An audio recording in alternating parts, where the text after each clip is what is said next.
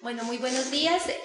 Vamos a dar inicio al taller de seguridad del paciente. Como explicaba el doctor, vamos a estar toda la mañana, vamos a estar de 8, bueno, ya empezamos un poquito retrasados, de 8 a las 12 del día. El taller va a estar dividido en dos grandes bloques. El primer bloque vamos a desarrollar 2 o 3 conferencias según el tiempo nos lo permita y de acuerdo también a las inquietudes que surjan en el auditorio. Luego viene un receso y después del receso vamos a tener la puesta en vivo de una simulación de un juicio en el sistema penal acusatorio.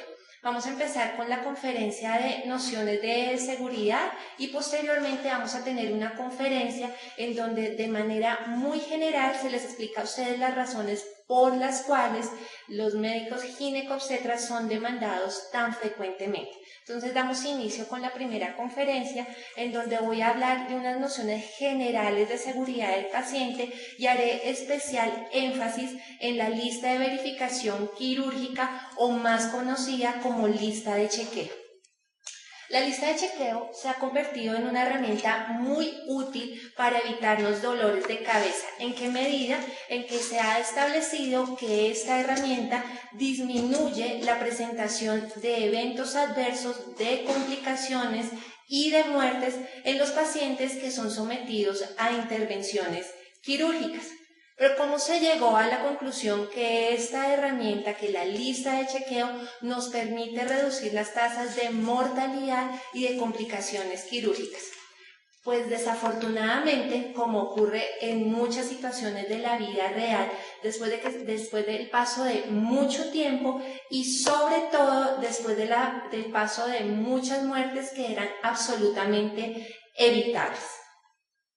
¿Cuáles son los antecedentes en relación con el tema de seguridad del paciente que nos ponen hoy en día con la instauración de protocolos, de pautas que nos controlen los factores de riesgo para no permitir la presentación de eventos adversos y que nos sitúan hoy en la presentación de herramientas como la lista de chequeo?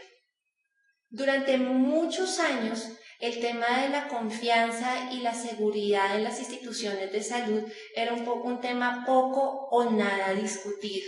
Los pacientes asistían y confiaban ciegamente en las instituciones de salud y nunca se ponía en duda que la presentación de una complicación o un evento adverso o la muerte del paciente fuera consecuencia de una falla de seguridad o de un error durante la atención en salud.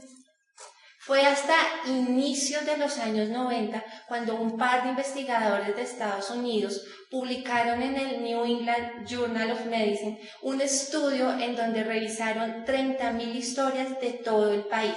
Como conclusión de ese estudio, ellos dicen que se presenta de manera muy frecuente muertes y complicaciones en los pacientes como consecuencia de una atención subestándar. A pesar del volumen de datos que ellos analizaron y de las conclusiones a las que ellos llegaron, este estudio no tuvo mayor impacto ni en la comunidad médica ni trascendió a la población general. En realidad, el hito que marca la historia en el tema de seguridad de los pacientes tiene lugar en el año 99, cuando el Instituto de Medicina de los Estados Unidos publica Errores Humanos. En dicho documento, el Instituto de Medicina de Estados Unidos pone de presente que en ese país, tan solo en ese país, al año ocurren entre 44.000 hasta 98.000 muertes de pacientes como consecuencia de la atención en salud que habían recibido. Posterior a ese estudio, que fue el que marcó la pauta en el tema de seguridad del paciente a nivel mundial, se fueron realizando muchos más estudios que confirmaban lo ya establecido en el documento de Rares Humano y confirmaban que definitivamente se estaban presentando una serie de fallas durante la atención de los pacientes que llevaban a que estos se complicaran y murieran por causas ajenas a su condición clínica o al procedimiento médico o quirúrgico al que estaban siendo sometidos. Es decir, los pacientes estaban muriendo más por la atención que estaban recibiendo que por la enfermedad o el procedimiento quirúrgico que los hacía consultar a las instituciones de salud. ¿Cuáles fueron como a nivel general las realidades que pusieron de presente esos estudios que les menciono? Entonces se venían muriendo los pacientes, a principios de los años 90 ya no lo habían reportado, en el 99 el documento de Rares Humano no lo confirmó y luego se presentaron muchos más estudios en el mundo que nos seguían poniendo de presente esta grave situación. A continuación les voy a presentar como las grandes conclusiones de esos estudios que se realizaron, que es lo que se denomina algunas realidades en cuanto a la seguridad del paciente. La primera realidad, se dice que en países desarrollados 1 de cada 10 pacientes sufre algún tipo de lesión como consecuencia de la atención en salud que está recibiendo. Se estima que en pacientes en países en vía de desarrollo este dato es mucho más alto. Teniendo en cuenta lo anterior, se ha establecido que la presentación de eventos adversos durante la atención en salud constituye un problema de salud pública y por constituir un problema de salud pública es que se han venido adoptando a nivel mundial políticas de seguridad. La tercera realidad que nos puso de presente esos diversos estudios, que el riesgo de infección nosocomial se incrementa hasta 20 veces en países en vías de desarrollo, que al año 1.4 millones de personas sufren infecciones nosocomiales, que en países en vías de desarrollo se estima que al menos el 50% de los equipos que se utilizan no tienen ninguna política de mantenimiento y son equipos que son totalmente inutilizables, que cada año inyecciones inseguras producen 1.3 millones de muertes. Los estudios revelan que en países en vías de desarrollo el porcentaje de reutilización de inyecciones puede llegar hasta el 70%. El 50% de los eventos adversos que se presentan corresponden a eventos relacionados con procedimientos quirúrgicos en cualquiera de las áreas o en cualquiera de las especialidades quirúrgicas, que definitivamente los eventos adversos no solo constituyen un problema de salud pública por las implicaciones que tienen, sino que también constituyen un problema a nivel social por los altos costos que representa el tratamiento de las complicaciones, el asumir las incapacidades que genera cuando se presenta un evento adverso. Se estima que el costo anual de cobertura de los eventos adversos está entre 6.000 a 29.000 millones de dólares al año. Y también se menciona y se concluye en esos estudios que definitivamente la industria aeronáutica y la industria de las plantas nucleares nos lleva años luz en el manejo y en el establecimiento de condiciones de seguridad para llevar a cabo la práctica pues en cada una de las áreas. Se dice que una persona tiene una probabilidad de 1 en 1 millón de sufrir algún tipo de lesión cuando hace uso de los servicios de la industria aeronáutica, diferente a lo que ocurre en los pacientes que asisten a algún servicio de salud. Se menciona en esos diversos estudios que la probabilidad de que una persona sufra algún tipo de lesión por hacer uso de los servicios sanitarios es de 1 en 300.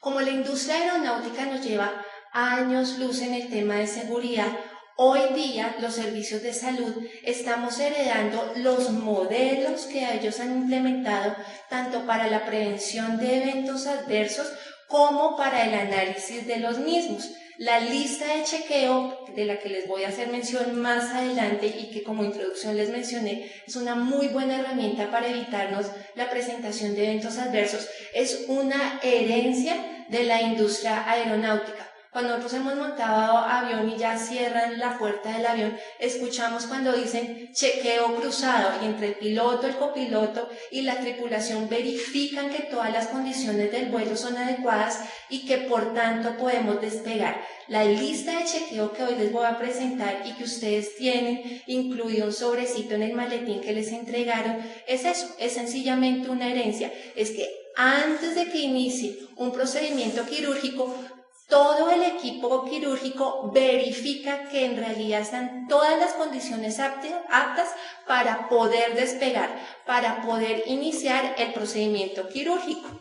Los estudios también revelan que a pesar que los pilotos y los médicos tenemos rasgos de personalidad muy similares y que las actividades en alguna medida se parecen, o sea, tanto las actividades que realizan los profesionales de la salud como las que desempeña la industria aeronáutica son coincidentes en algunos aspectos, en la industria aeronáutica ha sido mucho más fácil implementar los sistemas de seguridad por muchas razones, pero una de las razones por las cuales menciona que ha sido más fácil es muy sencilla, porque cuando se presenta un evento adverso en la industria aeronáutica, en la mayoría de los casos, la víctima es el piloto y la tripulación. Entonces, entre ellos mismos evitan que se vaya a presentar algún evento adverso, diferente a lo que ocurre en el sector salud, en donde la mayoría de las veces la víctima es solamente el paciente y la familia, salvo que como consecuencia de ese evento adverso el profesional de la salud sea demandado,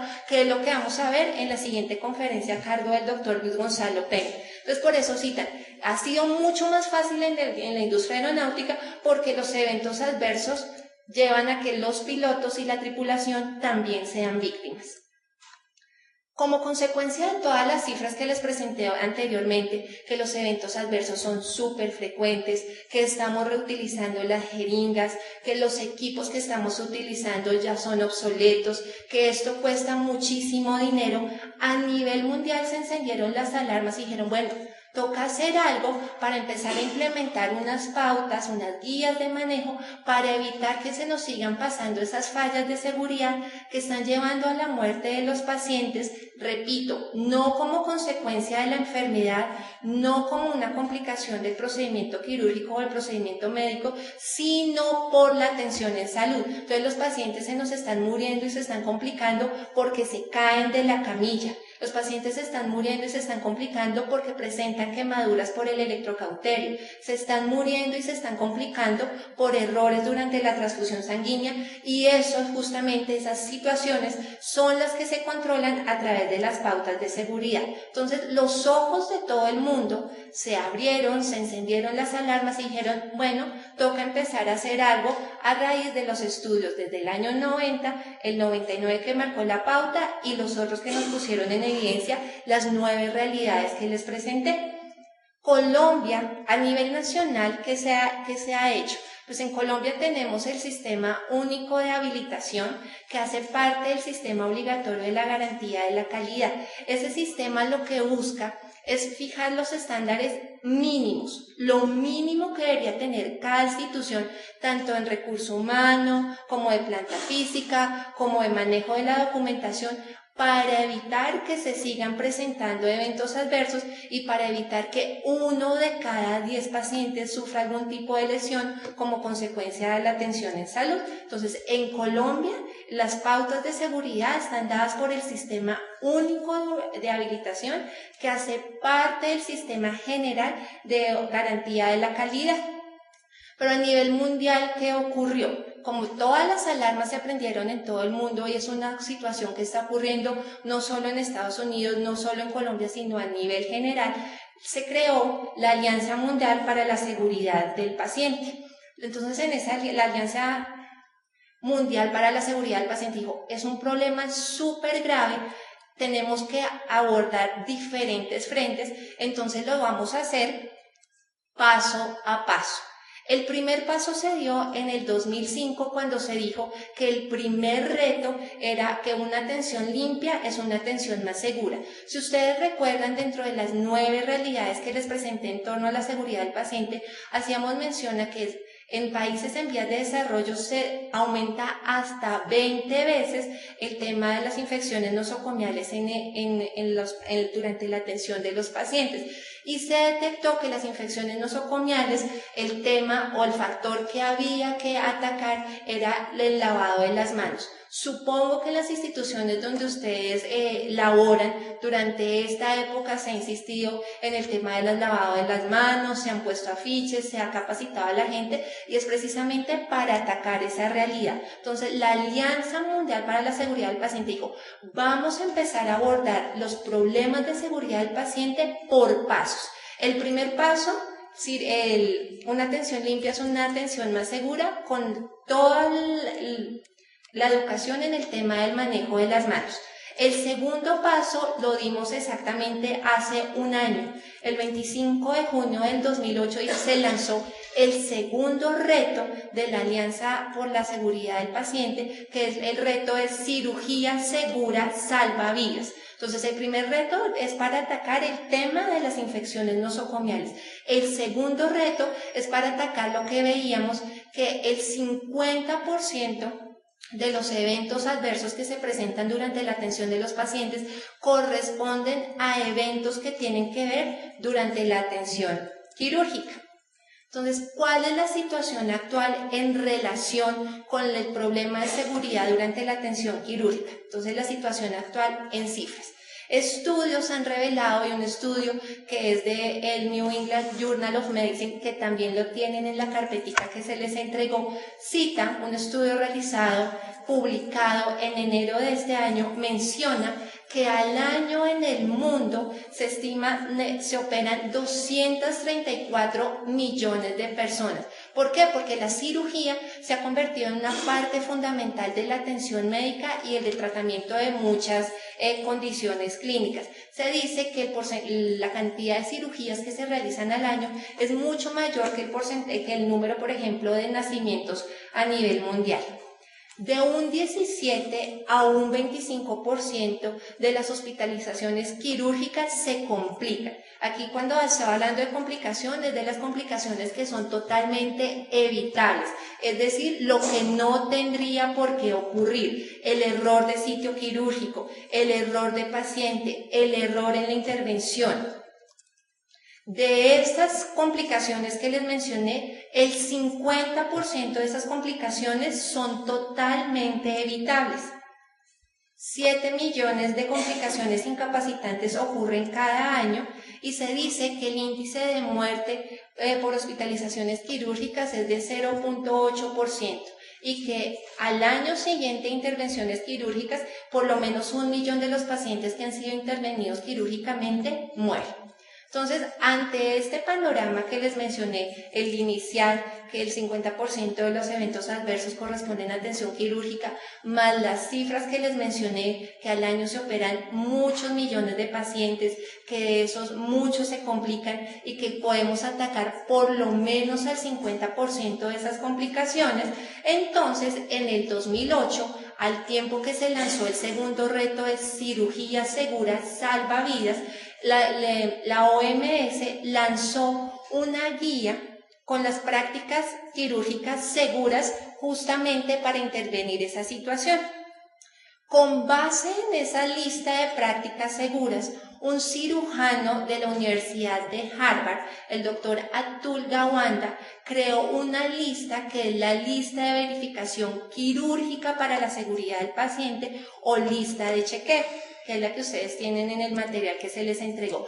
Esta lista básicamente valora durante 3 momentos diferentes 19 puntos claves para atacar esa situación y para controlar y para reducir el número de eventos adversos o por lo menos para controlar ese 50% que nos han dicho que es totalmente controlable porque es evitable. Esa lista básicamente lo que busca es que se mejore la comunicación en el equipo quirúrgico, tal cual como sucede en la industria aeronáutica, y que haya coherencia en la atención, es decir, que estemos operando al paciente que tenemos que operar, que le estemos realizando la cirugía que le tenemos que hacer, que le estemos operando el lado que le tenemos que operar, y en el caso que sea por niveles de cirugía, por ejemplo, como ocurre en neurocirugía, que estemos operando efectivamente el nivel donde tenemos que operar. Entonces, esta lista, que está soportada en los criterios, en las prácticas seguras que lanzó la OMS, justamente lo que busca eso, y se ha demostrado que es una muy buena herramienta para controlar esta situación. Entonces, aquí les presento la lista de verificación para la seguridad quirúrgica del paciente. Como les mencioné, Atul Gawande es un cirujano de la Universidad de Harvard que diseñó la lista, y tan pronto la diseñó, la empezó a aplicar. Y en palabras de él mismo dice: no hay un solo día en que la lista de chequeo no me haya permitido detectar un problema durante la atención quirúrgica de un paciente, detectarlo e intervenir. Entonces, como les mencionaba, la lista de chequeo tiene 19 puntos en total que se evalúan en 3 momentos antes de ofrecerle anestesia al paciente. En ese momento que se verifica que se trate del paciente, que efectivamente vamos a realizar la intervención quirúrgica que es, en el lado correcto, en el nivel correcto, que tenemos controlado todos los factores relacionados con la vía aérea, la probabilidad de sangrado, que hemos contado adecuadamente el material quirúrgico. Luego viene un momento antes de la incisión quirúrgica, y por ejemplo en este momento se verifica, en el caso que esté indicado, que al paciente se le ha administrado el antibiótico profiláctico. Y está el tercer momento, que es antes del egreso del paciente del quirófano, en donde por ejemplo se verifica que el recuento del material quirúrgico esté completo y que el paciente sale a la sala de recuperación en buenas condiciones. Entonces, después de que la OMS lanzó la guía con las pautas de manejo, el doctor Atul Gawande creó la lista de verificación quirúrgica con los 19 puntos. Dijo, bueno, voy a verificar si efectivamente esta lista sí es la solución para controlar los eventos adversos. Entonces, en enero de este año, en el New England Journal of Medicine, se publicó un estudio realizado entre octubre del 2007 y septiembre del 2008. La lista se lanzó en junio del 2008. Entonces dicen, ¿por qué el estudio inicia en octubre del 2007? Porque justamente el estudio lo que hace es comparar una población quirúrgica en donde no se aplicaba la lista de chequeo contra una población a la que se le empezó a implementar la lista de chequeo. La lista de chequeo se empezó a implementar, y este estudio cubre 8 hospitales en el mundo con diversas poblaciones y con diversos niveles socioeconómicos. Hay hospitales de Estados Unidos, de la India, de Canadá, de Finlandia, pues como para hacer bien diversa la población. Y se trató de un estudio prospectivo en donde se aplicaba la lista de chequeo a pacientes que iban a ser sometidos a intervenciones quirúrgicas, pacientes mayores de 16 años, y se excluyeron las cirugías cardíacas. Un mes antes de empezar la lista de chequeo, entonces todo el proceso de introducción de la lista de chequeo en los diversos hospitales tardó un mes. Entrenar al personal, distribuir la lista, empezar a explicarles cómo era la detección de los eventos adversos. Cada hospital tuvo un personal responsable de la recolección, y a nivel central estaba quien recolectaba y analizaba esa información. Fue un estudio realizado por la Universidad de Harvard, liderado por el doctor Atul Gawande, o sea, el que la creó, soportado en los parámetros de la OMS, dijo, bueno, yo creé este instrumento, voy a ver qué tan valioso y qué tan útil es en el tema de la seguridad del paciente. Entonces se recolectaban los datos relacionados con complicaciones o muerte del paciente, complicaciones o muerte que se hayan producido en los 30 días siguientes a la intervención quirúrgica. Durante 3 meses se hizo la aplicación de la lista, o sea, durante 3 meses se hizo la intervención, y cada hospital tenía la meta de recolectar 500 datos. sea que si todos los hospitales hubieran recogido, estábamos hablando de 8 hospitales, tendríamos 4.000 datos. Sin embargo, no todos los hospitales completaron los datos, pues por el volumen de tiempo que manejaban. El estudio estaba originalmente planteado para que se realizara en 3 meses. En algunos hospitales se tuvo que alargar durante 3 meses más. ¿Cuáles fueron las complicaciones que quienes estaban evaluando tenían que reportar? Pues en el instrumento que estaba diseñado.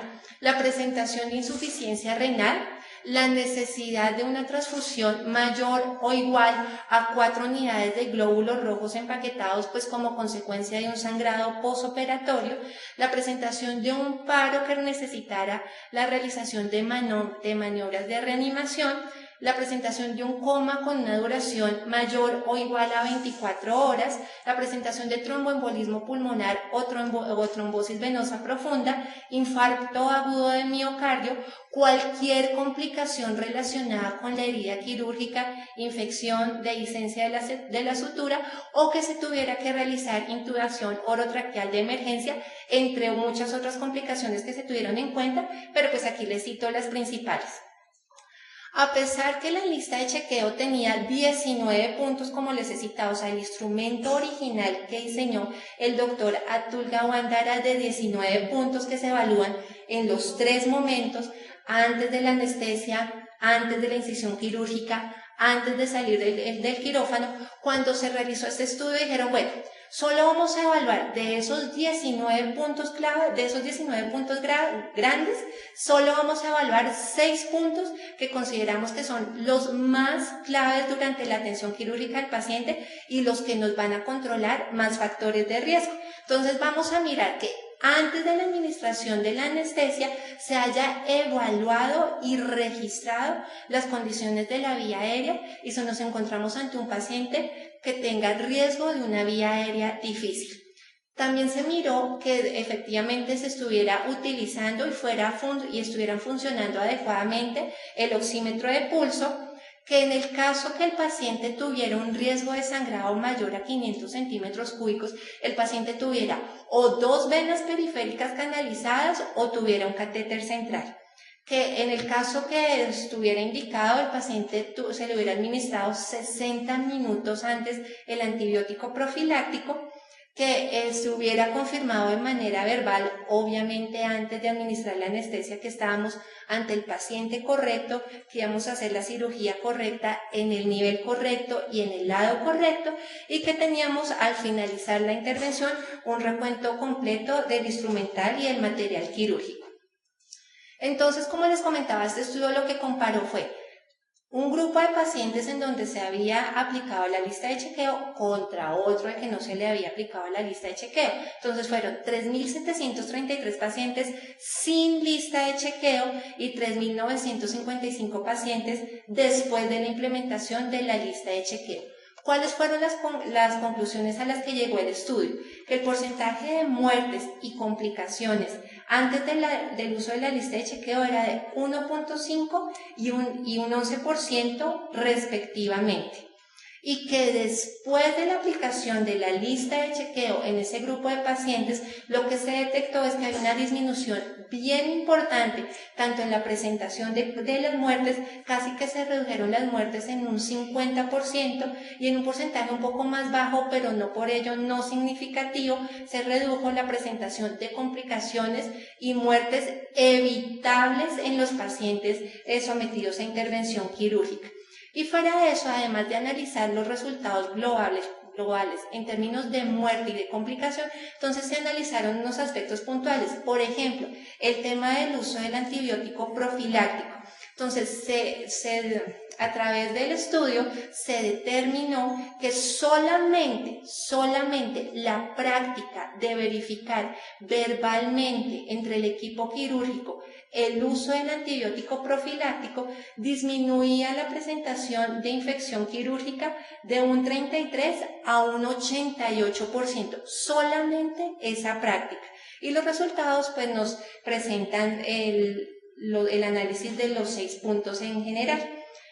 Al final del estudio, ¿qué nos presenta el artículo? Pues que el estudio tuvo una serie de complicaciones. La principal complicación que ellos mencionan es que el análisis de pacientes que se hizo era solamente los que quedaban hospitalizados, es decir, el estudio no contempla población quirúrgica ambulatoria, y como conocemos, pues las cirugías ambulatorias han ido aumentando. Entonces el estudio dice que seguramente tocará hacer una segunda etapa de evaluación en pacientes sometidos a intervenciones quirúrgicas ambulatorias, que el entrenamiento para la verificación de muertes y complicaciones al equipo que lo estaba haciendo se hizo al inicio del estudio, entonces que es probable que haya un subregistro, como una subdetección de muertes y de complicaciones, o que el equipo vaya como afinando a lo largo de la realización del mismo la detección de los mismos.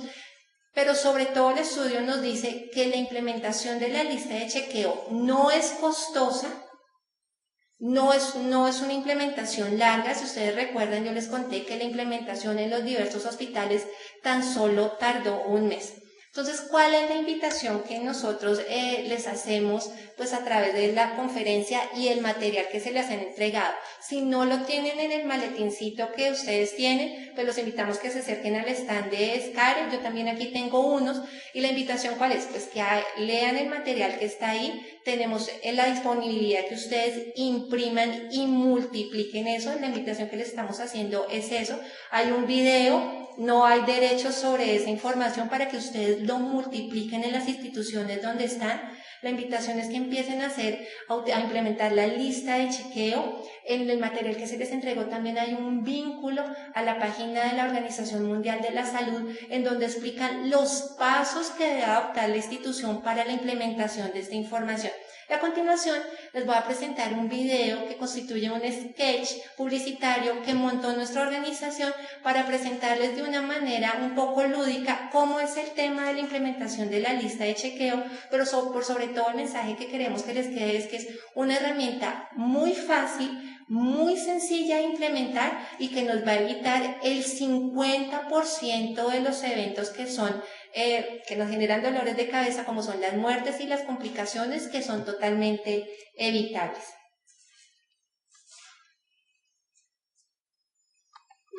Hola. Vamos a presentarle cirugía segura salva vidas. Hola, soy Cecilia. Voy a presentarle el equipo quirúrgico. Somos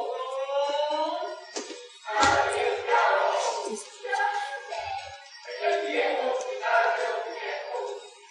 ¿Ya estamos todos? Mi nombre es Mucho Despierto, anestesiólogo. Yo soy Ciro Matamoros, cirujano. Yo soy sabelotodo inexperto, R2 de anestesia. Mi nombre es Pilosa Concentrada, instrumentadora. Mi nombre es Sexy. Para las labores de enfermería.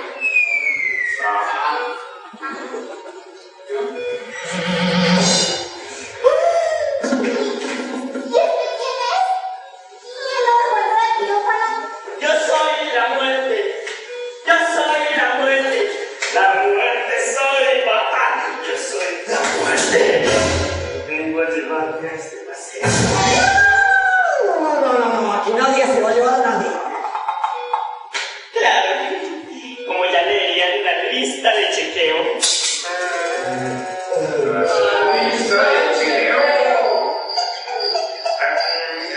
Yo la leeré. Primero, antes de la administración de la anestesia,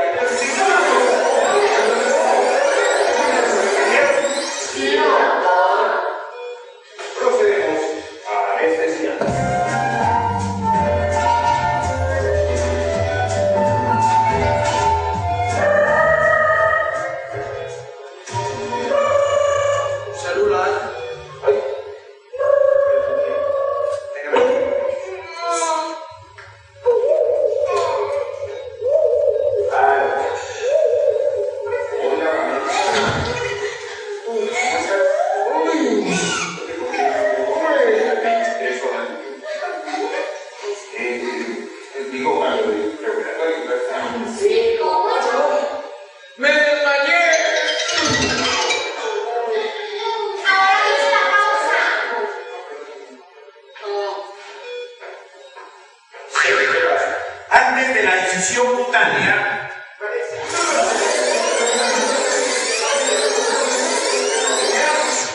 Sí, doctor. ¿Indigo? Ay, qué bien, que llega con anillo. ¿A qué horas vamos a empezar la operación? Manos a la obra. Verifiquemos que los equipos y la medicación anestésica estén completos. sí, doctor.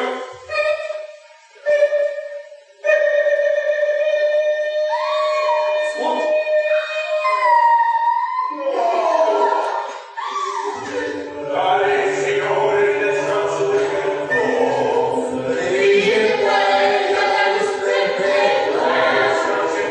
Así será.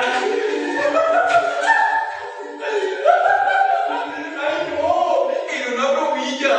Era para decirles que el pulsioxímetro está funcionando a las 10 maravillas. Cosita, ¿no? Parece que me va a tocar llevarme esa otro paciente. Doctor, le recuerdo que la paciente se llama Pinocha. Pinocha. ¿Sí, Pinocha? ¿Cuál es el brazo para apuntar? Izquierdo. Yo no dije eso. Yo no dije eso. Ese es. Secciómetra, a ver si está algún riesgo del paciente. ¡Ay, claro, doctor! ¿Qué tal que le dé una coagulación? No. ¡O de pronto una infeccióncita! Púdrese. Claro, como no es a usted la que operado. Pero ya veremos, doctores. Hay que tener cuidado. Ay, el partido, hombre.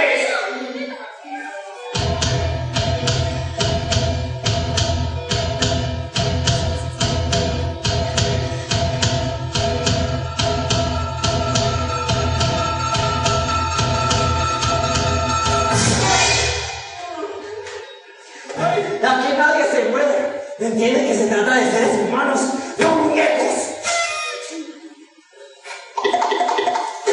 Bueno, Reservas antes de la salida del idioma. algo antes de cerrar bien. Todos los instrumentos están en orden. Dígame un momento. ¿Alguien tiene algún problema o inquietud ¿Por qué no? con el material? Yo no tengo ni ¿Tiene problema? Nos vamos a meter. Sí. Señorita, cuente los instrumentos. Uno.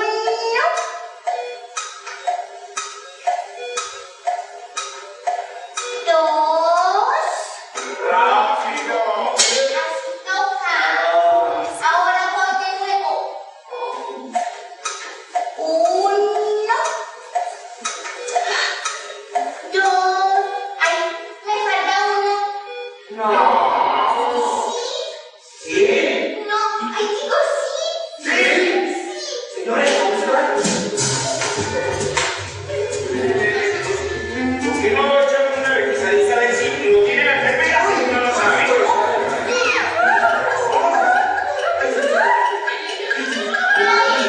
¿Por qué no me revisan a mí? Yo creo que se necesitaba. No se confío.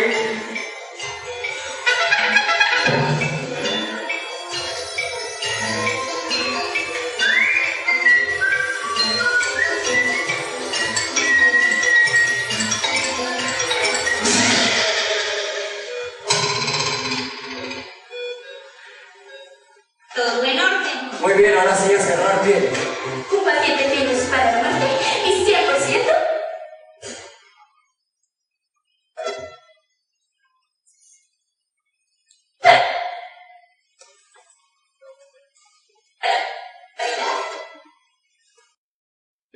Esperamos que esto les sirva y que les colabore en su trabajo diario, por favor. Aunque esto es algo muy cómico, es lo que nos está sucediendo. A nivel mundial lo estamos viendo. Entonces les solicitamos que empecemos la implementación, nos colaboren. Como les dijo la doctora Cecilia, a ustedes se les entregó un material. Si requieren más apoyo, pueden contar con la Sociedad Colombiana de Anestesiología, que dispone de un grupo de investigación y una persona que está colaborando en el montaje a nivel de instituciones. Entonces pueden ponerse en contacto con nosotros y nosotros enviaremos la persona a la institución para que colabore con la instauración de esta lista. Muchas gracias.